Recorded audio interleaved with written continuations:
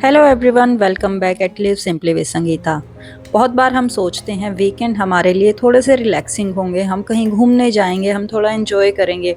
पर हर वीकेंड ऐसा हो ऐसा ज़रूरी नहीं। अभी कुछ दिन पहले ही हम वापस आए हैं मेरे मायके और ससुराल से। आपने देखा होगा वो जो शॉर्ट्स वीडियो मैंने शेयर किया है। बस उसके बाद आकर रात को हमने दाल चावल बनाए, थोड़ी सी अनपैकिंग की और रात को ही मैंने कपड़े वगैरह धुलने पे लगा दिए थे। अब जो रात की बची हुई दाल थी उसी से मैं बना रही थी नाश्ता।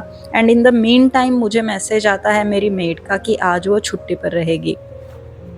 जब आपके पास इतना सब काम हो, आप कहीं से वापस आए हों और उसके अगले दिन आपको पता चले कि मेड भी नहीं आ रही है, तो ऑटोमेटिकली ये थोड़ा सा प्रेशराइज हो जाता है। इतना सब काम इमेजिन करना, सब काम ज़रूरी है, कुछ छोड़ भी नहीं सकते हैं, तो थोड़ा सा माइंड पर प्रेशर आ जाता है। ऑब्वियसली मूड भी थोड़ा ऑफ हो जाता है। But this is all the part of home making. बहुत सारी होम मेकर ऐसी हैं जिनके पास हाउस हेल्प नहीं है, वो खुद से सब मैनेज करती हैं और बहुत ज़्यादा मुश्किल होता है ये चीज़ करना। और मैं यहाँ पर उन सबको अप्रिशिएट करना चाहूँगी जो पूरा घर हर एक चीज़ खुद से अकेले मैनेज करती हैं। काम तो बहुत था, बट एक चीज़ का मुझे रिलैक्स था कि गर्मी की छुट्टियां शुरू हो चुकी हैं, बच्चों के स्कूल जाने की कोई जल्दी नहीं है और सिया भी हमारे साथ वापस आ चुकी है, अगर आपने शॉर्ट्स में देखा है तो फ़िलहाल घर में टाइम ऐसा चल रहा है कि हम बहुत ज़्यादा रश में नहीं रहते हैं। बट ये है, घर पर कुछ ना कुछ ऐसा बनता रहता है जो बच्चों की पसंद का है, तो मोस्टली हमारा दिन किचन में ही निकल रहा है। और जो बाकी का टाइम है, बच्चे अपनी फेवरेट मूवीज़ एंजॉय कर रहे हैं, अपना प्ले टाइम एंजॉय कर रहे हैं, दोनों मिलके साथ में अभी इसी टाइम पर गेम्स वगैरह खेल पाते हैं। Otherwise Chiku most of the time अकेले बोर ही होता रहता है। तो पराठे जो क्रिस्पी से थे बनकर तैयार हो गए हैं और यहाँ मैं फटाफट से बूंदी का रायता बना रही हूँ। जब मुझे थोड़ी सी जल्दी होती है, काम ज़्यादा होता है, तो ये मुझे सबसे आसान चीज़ लगती है। मिनटों में रेडी हो जाती है। काली मिर्च, भुना जीरा, ये सब मैं पीस के रखती हूँ, सारी चीज़ें रेडीमेड होती हैं। बूंदी भी मार्केट से ला के रखते हैं, तो इन सबको बनाने में बहुत ज़्यादा टाइम नहीं लगता है।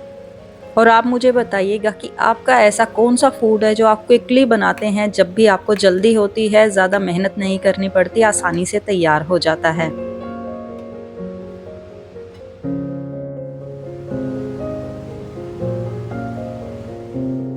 सबके नाश्ता करने के बाद मैंने भी नाश्ता कर लिया था और आज इसी चक्कर में मेरी एक्सरसाइज भी नहीं हो पाई, जो कि मेरे रूटीन का एक पार्ट है। उसके बाद बस मैं आ गई थी किचन को समेटने के लिए, सारे बर्तन वगैरह साफ़ करने थे। और ये जो टाइम होता है ना, ये ऐसा टाइम होता है जिस दिन मेड नहीं आती, तो मेरा मन करता है कि मैं पूरी किचन को बड़े अच्छे से साफ़ कर दूँ, हर एक एरिया को अच्छे से डीप क्लीनिंग कर दूँ।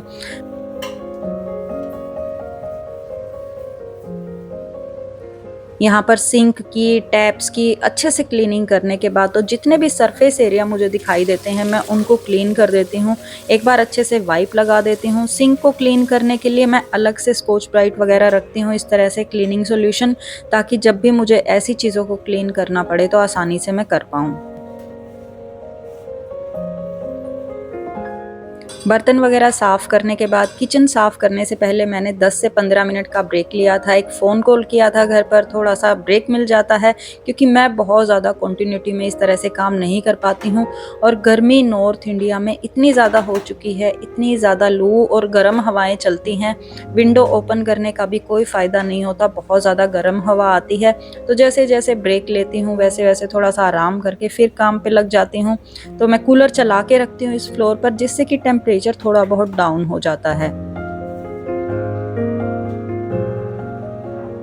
और आज जब क्लीनिंग हो ही रही थी, तो इस एरिया को भी मैं अच्छे से सारी चीज़ें हटाकर साफ़ कर देती हूँ, थोड़ा-सा सर्फ़ की मदद से, जिससे कि अगर कोई भी चिकनाई वगैरह जमी है या चीज़ों के पीछे से डेली क्लीनिंग नहीं हो पाती है, तो वो भी आसानी से हो जाए। और पूरा सरफेस एक बार क्लीन हो जाता है ना, तो चींटियाँ वगैरह या जो छोटे-छोटे कॉकरोच वगैरह हैं, वो बिल्कुल नहीं आते हैं, बिल्कुल साफ़ रहता है सारा का सारा एरिया। मेरी किचन का एरिया बहुत ज़्यादा बड़ा नहीं है, लेकिन जितना भी एरिया है, जो भी ओपन सरफेस हैं, जो कवर्ड नहीं हैं, उनको मैं कोशिश करती हूँ कि वीक में एक बार बड़े अच्छे से क्लीन कर दूँ।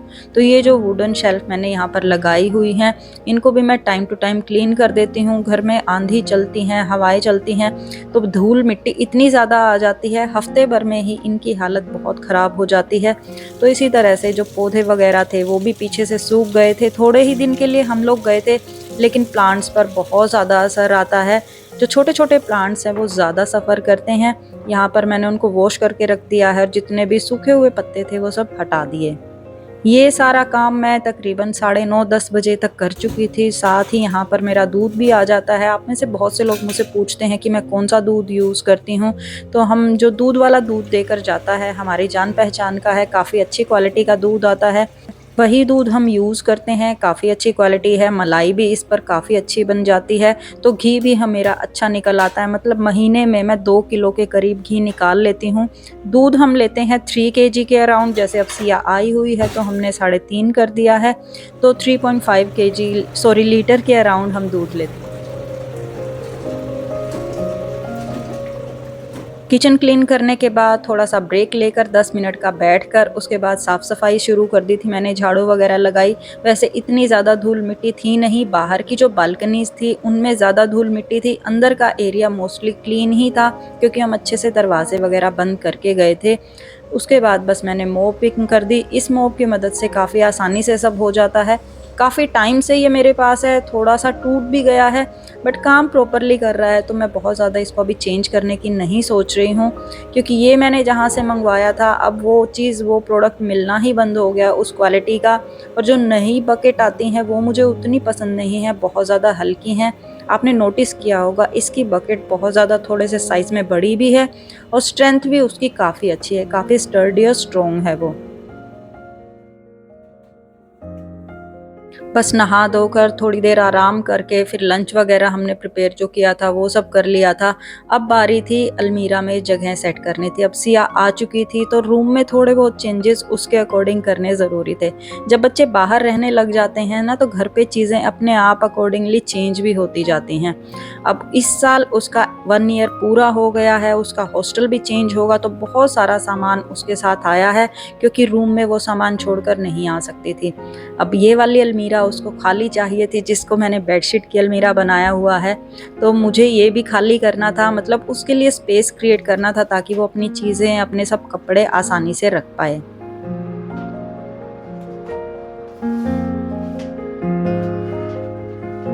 फ़िलहाल के लिए मैंने सोचा था कि इन सारी जो भी मैंने हैंगिंग में करके बेडशीट रखी हैं, उनको मैं फ़ोल्ड करके ही रखने वाली हूँ इस बार, ताकि वो कम स्पेस लें। अगर कोई मेरे पास एक्स्ट्रा कर्टन का सेट है, वो मैं उठाकर अंडर बेड स्टोरेज में रखने वाली हूँ या तो लॉफ्ट में रख दूँगी।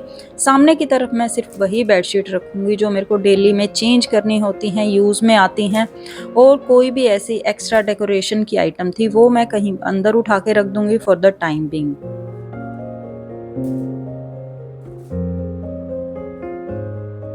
मोस्टली बेडशीट मैं ऐसे हैंग करके रखती हूँ तो सामने दिखती रहती हैं, आराम से यूज़ हो पाती हैं, बट इस बार मैं उनको इस तरह से नहीं रखने वाली हूँ। सारे के सारे हैंगर मैंने निकाल दिए हैं बेडशीट से, वापस मैं यहीं पर लगा दूँगी। जब सिया अपने कपड़े सेट करेगी तो उसको आसानी रहेगी। और जब भी इस तरह की रीसेटिंग होती है ना तो ये टाइम आपको मिल जाता है चीज़ों को रीऑर्गेनाइज़ करने के लिए। यहाँ पर मैं कुछ ऐसी बेडशीट भी निकाल देती हूँ जो ख़राब हो चुकी हैं, जो मुझे किसी को देनी है। तो अब मैं क्या कर रही हूँ, सारे के सारे पिलो सेट और सारी बेडशीट अलग करके रख रही हूँ। इस बार मैं सारी बेडशीट के अंदर ही पिलो सेट डाल के रखने वाली हूँ ताकि सारी चीज़ें मुझे एक ही जगह पर मिल जाएँ। स्पेस इस बार मुझे थोड़ा-सा कम मिला है तो इनको मैं माइंडफुली अरेंज कर रही हूँ ताकि चीज़ें बार-बार ढूँढनी ना पड़े, आसानी से मिल जाएँ।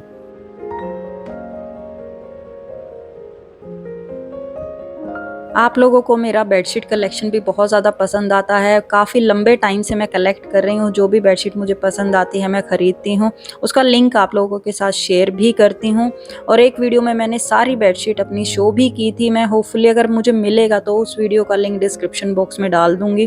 और यहाँ पर जो बेडशीट मुझे सामने रखनी थी उनको मैंने इकट्ठा करके रख लिया है और जो बेडशीट मुझे डोनेट करनी थी वो मैंने अलग से निकाल ली हैं। अब 1 बाय 1 उनकी पाइल्स बना के इस तरह से मैं रख रही हूँ ताकि सामने के जो नीचे के 2 सेक्शन है वो मैं बेडशीट वगैरह के लिए यूज़ कर पाऊँ और जो एक्स्ट्रा साइड में स्पेस है उसको मैं बास्केट के साथ यूज़ करने वाली हूँ। यानी बास्केट में जो भी कुशन कवर हैं या जो भी दूसरी ज़रूरी चीज़ें हैं वो मैं यहाँ पर रख दूँगी।